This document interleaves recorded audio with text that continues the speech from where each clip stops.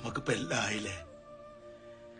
മോളെ കെട്ടിച്ചു വിട്ട് മോനൊരു ജോലിയായി, വീട് വെച്ച്, കുടുംബക്കാരൊക്കെ വലിയ കുഴപ്പമില്ലാണ്ട് തൃപ്തിപ്പെടുത്തി. ഇനി നമ്മക്കായിട്ടൊരു ജീവിതം വേണ്ടേ? പിന്നെ ഈ പ്രായം അതൊരു നമ്പറാ. പിന്നെ ഈ താടി മീശൊക്കെ നരച്ചതേ അത് കാര്യാക്കണ്ട. തമിഴിലൊരു നടനില്ലേ, ഫുള്ള് നരച്ചിട്ട് ആള് ജീവിക്കണില്ലേ, അതുപോലെ നമുക്കും ജീവിക്കണം.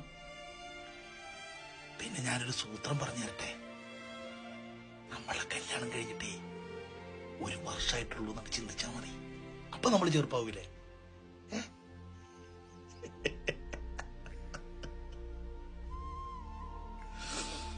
എന്തായാലും